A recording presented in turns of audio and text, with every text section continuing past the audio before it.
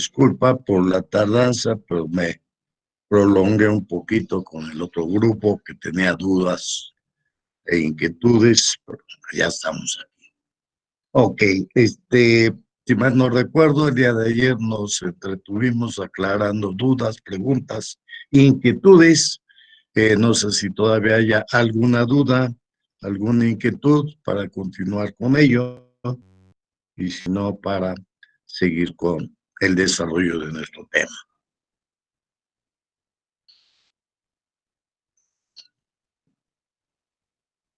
¿Dudas, preguntas?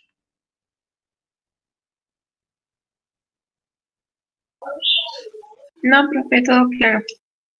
No, bueno. Ok, ¿en qué nos quedamos? Si mal no recuerdo, estamos viendo las medidas cautelares. ¿Sí?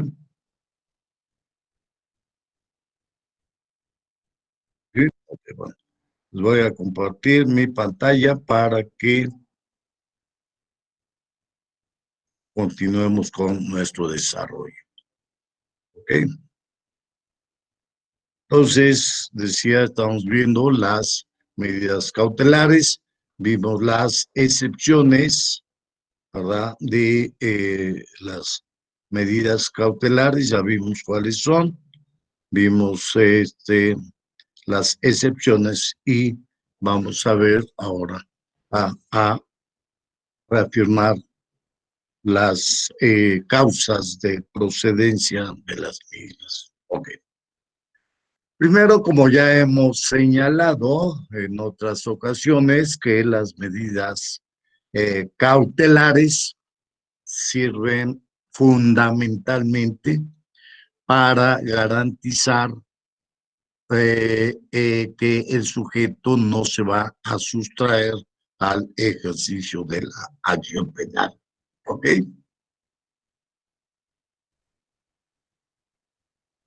Perdón, no sé qué pasó aquí. Están viendo, sí, que decía, para garantizar que no se va a sustraer del ejercicio de la acción penal y con ello se asegura el normal desarrollo del procedimiento. Entonces, para estos efectos es que se dictan las medidas cautelares, que estas van, como decíamos, desde el arraigo domiciliario, es decir, que debes de permanecer en tu domicilio, ¿sí? O bien hasta la prisión preventiva. Y ya vimos la gama o las diversas medidas cautelares que se dan, que también dentro de estas están incluidas las medidas de protección y las medidas las medidas precautorias. Es decir, se va a garantizar no solamente el normal desarrollo del procedimiento, sino también la seguridad o tranquilidad de la víctima u ofendido.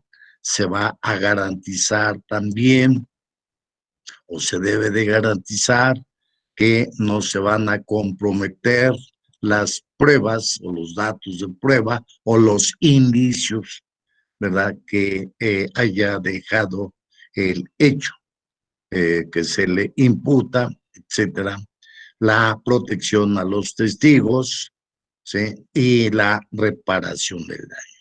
Todos estos fines son los que se persiguen con las medidas cautelares.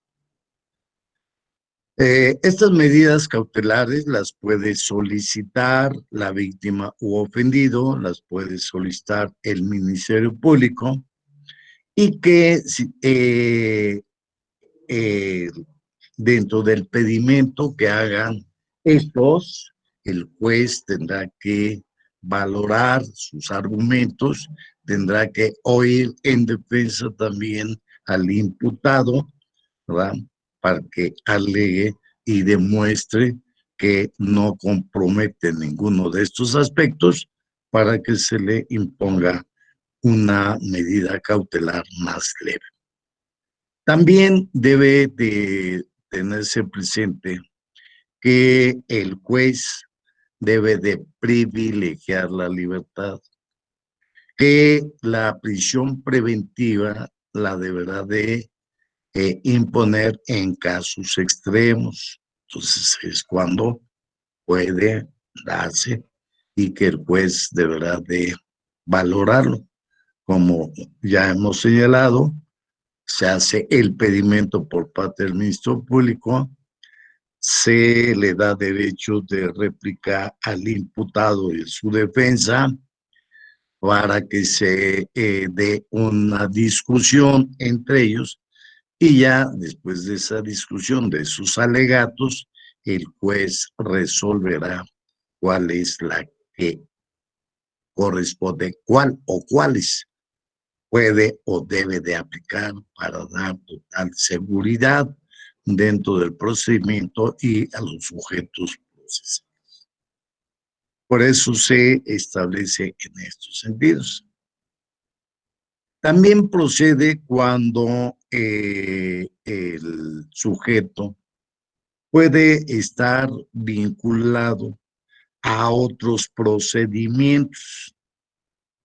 Si el sujeto tiene otros procedimientos, puede solicitar el Ministerio Público la imposición de la medida cautelar, porque si tiene varios procedimientos, entonces ya está acreditándose que es un enemigo social, ¿sí? Que es un peligro para la sociedad. ¿Por qué? Porque está cometiendo varios delitos, está siendo sujeto a varios procesos y entonces ahí podría proceder la solicitud de prisión preventiva a petición y debidamente fundada, en el sentido de que se fundaría en que el sujeto es un peligro para la sociedad, dado que ha cometido varios delitos o sigue cometiendo varios delitos. Que ese es uno de los grandes problemas que el sistema hoy en día presenta, que lamentablemente no se lleva un registro de las detenciones de los sujetos, de los procedimientos que se están siguiendo en contra de las personas y por lo tanto le cuesta mucho trabajo al Ministerio Público acreditar ese peligro social, ¿sí? Por eso es que vemos nosotros en la prensa y vemos nosotros que la sociedad se queja constantemente de que los sujetos los meten varias veces a la cárcel y siguen gozando de la, perdón, siguen gozando de la libertad. Sobre todo, por ejemplo, en el caso de los rateros o asaltantes de las combis, etcétera, es cuando se da esta situación. Que dicen, bueno, pues ya van varias veces que se le mete a la cárcel y sigue en la calle, pero es porque desgraciadamente no se ha llevado ese registro de los procesos que se siguen en contra de una persona y que todos estos antecedentes, todas estas carpetas de investigación o estos expedientes judiciales que ya están en activo, pueden con ello justificarse la procedencia de la prisión preventiva a petición debidamente fundada en estos casos. Entonces, no es un problema legal, sino que es un problema operativo que desgraciadamente las autoridades no llevan un registro, un registro adecuado de todas las carpetas de investigación y de todos los procedimientos que se siguen. Entonces, bueno, será esa situación. También procede en el caso de la prisión oficiosa, prisión preventiva oficiosa, y que esta procede en casos, como ya lo hemos señalado, casos de delincuencia organizada homicidio doloso, violación, secuestro, trata de personas, delitos cometidos con medios violentos, con armas y explosivos, así como delitos graves que determine la ley contra la seguridad de la nación, el libre desarrollo de la personalidad y de la salud. ¿Sí? Entonces, cuando se cometa cualquiera de estos delitos, ya el Ministerio Público ni siquiera tiene que solicitar la prisión como medida cautelar, la prisión preventiva, sino que es de oficio.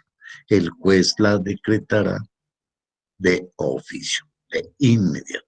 Entonces, estas son las causas de procedencia de las medidas cautelares y fundamentalmente de la prisión preventiva como medida cautelar. ¿Dudas, preguntas, inquietudes? También tenemos que la Ley General de Salud, ¿verdad? Eh, eh, Estamos viendo que los delitos graves son contra la salud que establece la Ley General de Salud, secuestro, trata de personas, etc. También el artículo, el Código Penal Federal establece como delitos que merecen prisión preventiva oficiosa el homicidio doloso, ¿sí? El homicidio calificado, esto es con premeditación, alevosía, ventaja, traición, etcétera, y demás calificativas. Genocidio, violación, traición a la patria, espionaje, terrorismo, sabotaje, previstos la ley, corrupción de personas de menores, que son delitos contra el normal desarrollo de la persona, pornografía, turismo sexual, lenocinio, etcétera, tráfico de menores, delitos contra la salud, etcétera. Entonces, esos son los delitos que contempla el Código Penal Federal en este sentido. Y que aquí estamos viendo que ya son un sinfín de delitos que se contemplan como eh, merecedores de la prisión preventiva oficiosa, lo cual en un momento dado viene a romper el principio de privilegiar la libertad, porque se están aumentando día con día estos delitos y ya se pretende agregar más. Entonces esto viene a romper este principio de la presunción de inocencia y también el de privilegiar la libertad, porque se están agregando cada día más y más y más delitos de prisión preventiva oficiosa. Esto va a acabar, valga la expresión, en las reformas anteriores, 1971, perdón, 75, no, perdón, 1990, que se hizo la reforma del Código Penal y se empezó a hablar de delitos graves, graves, en los que se establecía en el anterior sistema en qué casos procedía la libertad provisional bajo fianza. Esto es, era un sistema inverso al actual. Antes, todos los delitos tenían señalada prisión preventiva y por excepción se podía obtener la libertad provisional bajo fianza, pues se llamaba prisión provisional bajo fianza, ¿sí? ¿Sí? Libertad provisional. Y entonces, inicialmente cuando se empezó a hablar de delitos graves, cuando se hizo esa reforma, se estableció en un principio cerca de 10 delitos en los que no procedía obtener la libertad provisional bajo fianza. En todos los demás podía uno obtener su libertad bajo fianza. Y entonces día con día se fueron aumentando.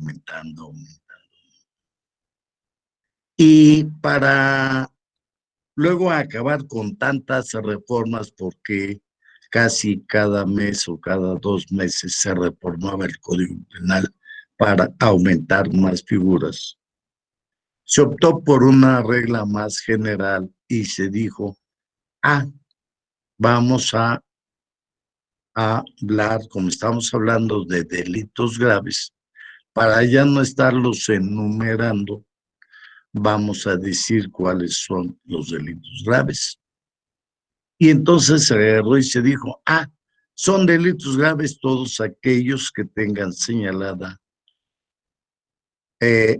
una pena cuyo término medio aritmético exceda de 5 años. Entonces, pues, más del 50% de los delitos contemplados en el Código Penal tenían señalada pena, el término aritmético era mayor de 5 años, cerca del 50%, 60% de los delitos. Entonces, con esto, pues ya se incluyó a más delitos. Posteriormente, ¿verdad? Entonces se cambió ante la ola de delitos, se cambió de estrategia y de política criminal, y entonces se empezó a aumentar la penalidad en los delitos.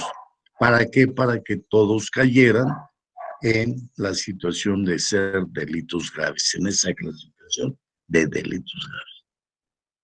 Y antes de la reforma esta de 2008, que entró a operar en 2018 con el nuevo sistema de justicia penal, también se estableció en la Constitución cerca de 10 delitos, nada más. ¿Sí? Y ahora vemos que aquí ya encontramos no 10, sino encontramos, aparte de los anteriormente señalados, todos estos que señala el Código Penal Federal. Y entonces, bueno, y día con día se siguen aumentando, y esa es la tendencia ahora del legislador, que creen que con esto se va a combatir a la delincuencia, con aumentar las penas, lo cual es falso, porque con esto lo único que hacemos es precisamente abarrotar las prisiones, porque mayor número de personas estarán presas, ¿sí? Y entonces vamos a caer en los mismos vicios de antes, ¿sí? En el sentido de que haya sobrepoblación, cuando se pensó que con esta reforma se iban a despresurizar las prisiones, y ahora con tantas reformas de delitos que merecen prisión preventiva oficiosa, se está volviendo a la costumbre antigua de llenar a las prisiones. Es decir, se están criminalizando día con día más conductas. Entonces, bueno, esto es los casos en que procede la prisión preventiva como medida cautelar. Desde luego, debemos de tener presente, y el juez debe de tener presente, que debe de ser como un extremo, en casos extremos, que se imponga la prisión preventiva, prefiriendo las otras medidas cautelares. ¿Okay? Entonces aquí vemos disposición: el juez no impondrá la prisión preventiva oficiosa y lo sustituirá por otra medida únicamente cuando lo solicite el Ministerio Público por no resultar proporcional Esta regla se refiere a la prisión preventiva oficiosa. En el caso de la prisión preventiva a solicitud, el juez debe procurar no aplicar. ¿Dudas, preguntas, inquietudes?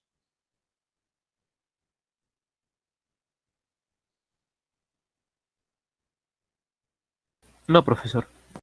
No, profesor. ¿No? Ok, bueno. Otro aspecto que, como señalamos nosotros, las medidas cautelares proceden cuando hay riesgo de sustracción de la justicia del sujeto, ¿sí? Que también cuando representa un obstáculo para la investigación o bien un riesgo para la víctima. Y entonces tenemos que ver qué se entiende o en qué casos se puede suponer o presuponer que hay riesgo, que hay peligro de sustracción del límite, ¿sí? Y entonces se habla de eso, que el arraigo que tenga en el lugar, sí, el sujeto, sí, debe ser juzgado determinado por el domicilio, residencia habitual, asiento, lo que comentábamos el otro día. ¿Qué tanto arraigo tienes en el lugar de los hechos? ¿Qué tanto arraigo? Ah, resulta que vine de vacaciones y estando de vacaciones, no tengo ningún arraigo en esta población donde debo de enfrentar el proceso. Entonces ahí procede. Pero si tengo, como comentaba, 20 años, 30 años en el domicilio, en el trabajo, toda mi familia está aquí, etcétera, entonces, ¿verdad? Eso es que no hay ese riesgo. Si no acredito ese arraigo, implica que si hay riesgo de que me suceda. El máximo de la pena que en su caso pudiera llegar a imponerse de acuerdo al delito que se trate, el imputado. Es decir, el delito que cometí merece una pena de 70 años, de 60 años, 50 años. Eso puede ser un signo de que el sujeto, en vez de pasarse 40, 50 años en la cárcel, prefiera sustraerse, ¿sí? Es uno de los casos que debe de valorar el juez para ver si efectivamente hay riesgo de sustracción. El comportamiento del imputado posterior al hecho cometido durante el procedimiento o anterior, en la medida que indique su voluntad de someterse o no a la persecución. ¿Sí? Es decir, debe el juez tomar en cuenta ese comportamiento. O sea, cuál era el comportamiento que tenía el sujeto en relación con la víctima ofendido antes de los hechos o durante los hechos o posteriormente, ¿sí? Como señala una canción cuyo título ahorita no me acuerdo, creo que es El Preso número 9, que dice, sí la maté y si me la vuelvo a encontrar, la vuelvo a matar, ¿sí? Entonces, pues ahí se da. Si lo vuelvo a encontrar, le vuelvo a dar, ¿no? Es comportamiento posterior. Entonces, bueno, pues ahí también hay peligro de sustracción. Esto es lo que señala el juez. Sí, la inobservancia de medidas cautelares previamente impuestas. Resulta que se le impuso algunas limitaciones de no ir a determinado lugar, no acercarse a la víctima ofendido, de permanecer en su domicilio y resulta que sale de la ciudad, si se va de vacaciones, sale del país, aunque regresa, bueno, está inobservando, incumpliendo la medida cautelar que se le impuso de no salir del país o de no salir de la localidad. Bueno, eso, ¿verdad?, es motivo para que se le imponga la prisión preventiva a petición. El desacato de citaciones para actos procesales y que conforme a derecho los hubiera realizado la autoridad investigadora. Esto es que se le cita para la práctica de una diligencia y no va, o como se señala también, se le cita para que vaya a firmar cada 8 días y no va a firmar cada 8 días, se le revoca esa medida cautelar y se le impone la de la prisión preventiva, ¿sí? Esto es cuando hay, que se entiende o en qué casos se supone que puede haber peligro de sustracción. Cuando hay peligro de obstaculización en el desarrollo de la investigación, como decíamos, cuando destruye, modifica, oculta o falsifica elementos de prueba. Cuando puede influir para que los imputados, testigos o peritos informen falsamente, ¿sí? Se atemoriza al testigo, se amenaza al testigo, se corrompe a los peritos para que dictaminen falsamente, etcétera. Entonces, bueno, ahí también está entorpeciendo, obstaculizando la investigación. Intimidará, amenazará, obstaculizará la labor de los servidores públicos que participen en la investigación, ¿sí? Entonces aquí tenemos los casos en que también procede la prisión preventiva, ¿sí?, a petición, porque puede haber algún peligro de destrucción de los elementos de investigación o su alteración en un momento dado.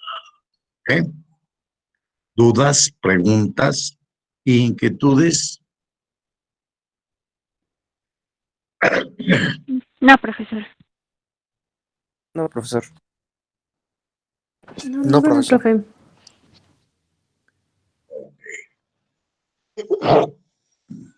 Luego tenemos el caso de que implique un riesgo para la víctima u ofendido, ¿sí? Sabemos que debe de protegerse a la víctima. Si las medidas cautelares que se le dictan, que ya vimos que dentro de las medidas cautelares están las medidas de protección.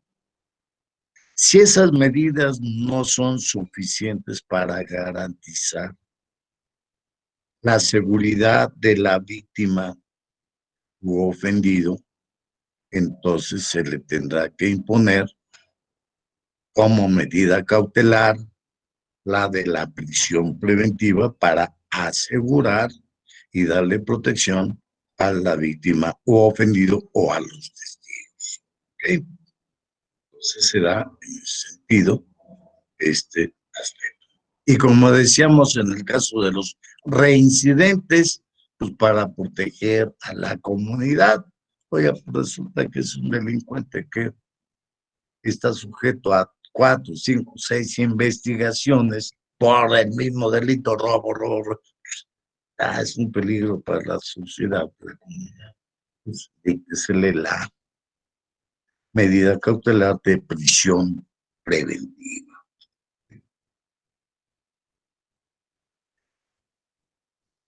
¿Qué pruebas se pueden aportar para la imposición, revisión, sustitución, modificación o cese de la prisión preventiva? ¿Sí? ¿Cuándo se puede dar esta sustitución de la prisión preventiva? Modificarla o incluso revocarla en ese sentido.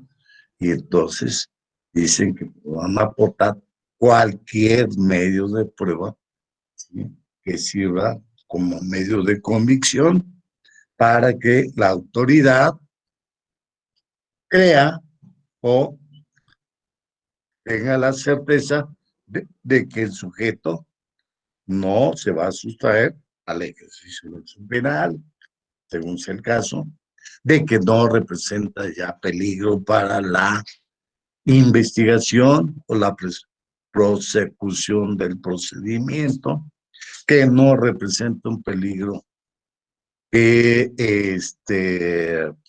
para la víctima o ofendido, etcétera. Entonces puede pedir esa situación y ofrecer todas las pruebas posibles que tengan para crear convicción en el juzgador, para que éste modifique precisamente la prisión preventiva y se le imponga alguna otra medida cautelar. Que decíamos que en la práctica la que mayormente se aplica, si no es que casi la única, que en vez de la prisión preventiva se fija la garantía económica. La garantía económica que puede darse en cualquiera de las siguientes formas: depósito en efectivo, que se llama caución. Jurídicamente es una caución cuando se hace un depósito en efectivo, que se puede hacer directamente dependiendo de la hora de las labores del juzgado o del Ministerio Público, en ese caso, que se le entregue el dinero al juez o al Ministro Público para que posteriormente lo deposite en la Nacional Financiera y obtenga el billete de depósito. O bien, en este caso, el indiciado, su defensor familiar, depositan el dinero en la Nacional Financiera. Esta le expide un billete de depósito, así se llama el documento, billete de depósito, ¿sí? Y ese billete de depósito lo entrega al juzgado para acreditar que se hizo ese depósito en favor de la autoridad y para garantizar su libertad en esto. También se puede dar esa garantía económica a través de una fianza de institución autorizada. Si ustedes han ido o visitado o pasado cerca de donde están los juzgados penales, ¿sí?, y en algunas agencias afuera hay oficinas de diversas agencias afianzadoras. Entonces acude uno ante ellos para celebrar un contrato de fianza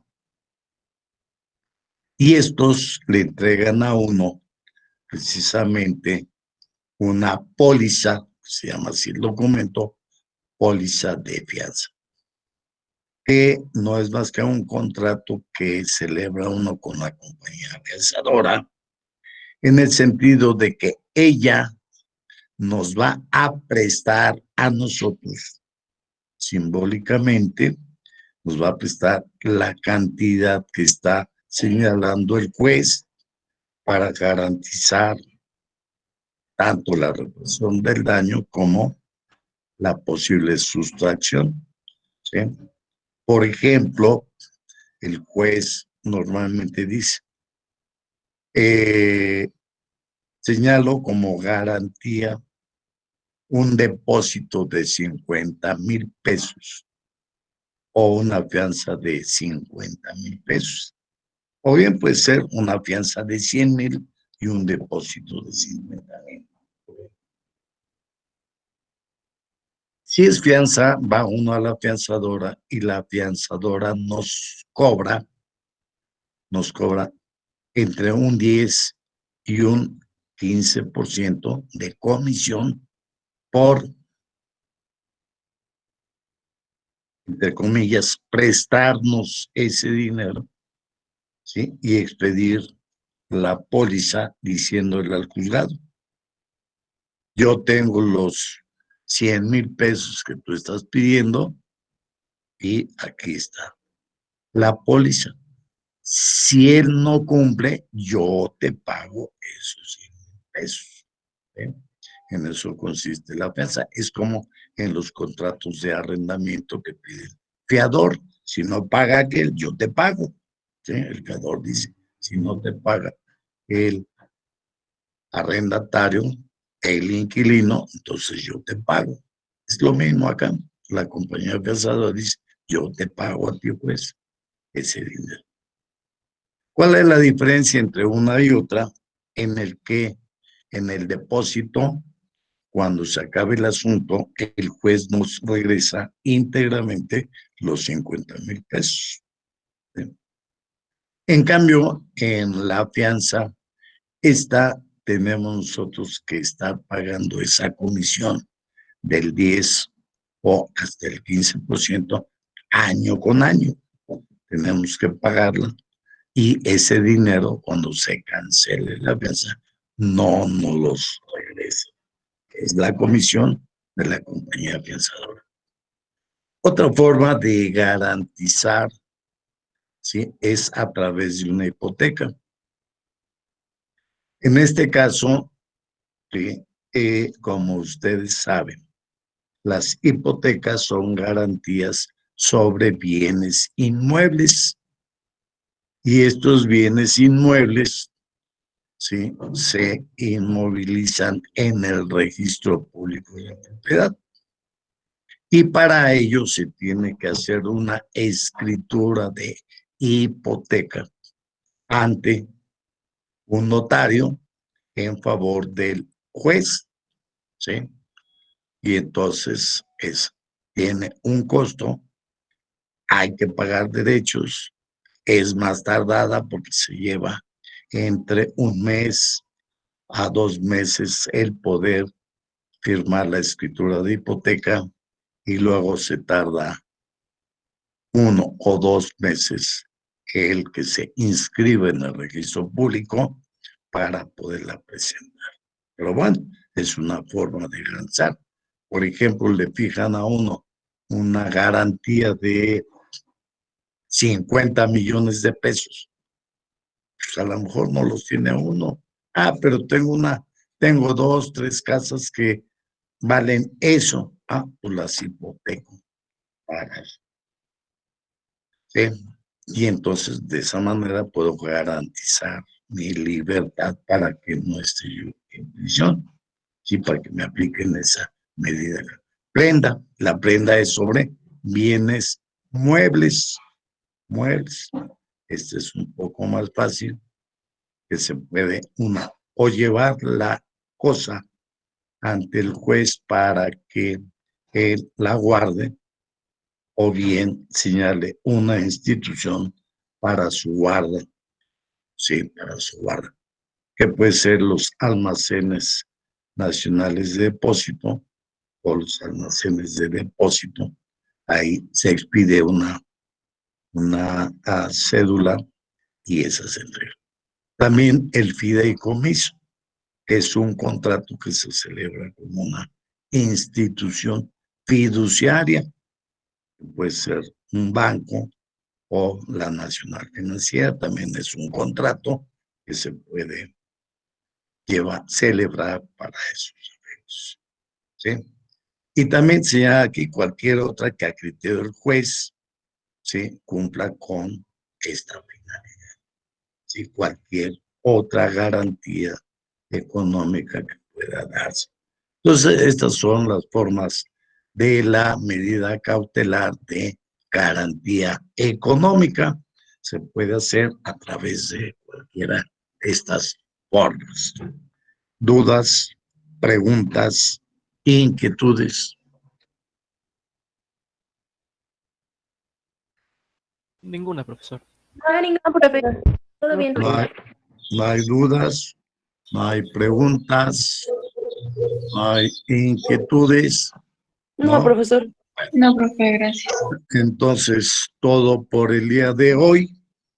Sí, nos vemos el próximo miércoles, dado que el próximo lunes es día feriado en el calendario oficial de la universidad. Es un día de asueto, por lo tanto no hay clases el próximo lunes. No obstante, esto no por este puente que se prolonga hasta el lunes, ¿sí? Se vayan ustedes de parranda, sino que deben de cuidarse. Cuídense, guárdense, ¿sí? Protéjanse porque ahorita está la pandemia muy fuerte.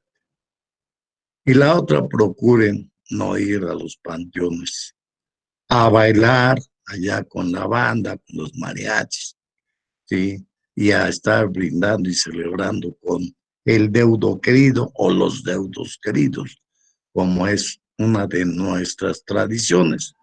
Entonces, cuídense por mientras, cuídense y nos vemos el próximo miércoles. ¿Okay? Que tengan excelente fin de semana y nos vemos. Gracias, profe, igualmente. Gracias. Igualmente. Muchas gracias. Igualmente. Fin de semana. Gracias igualmente. Bye, profe. Hasta la vista.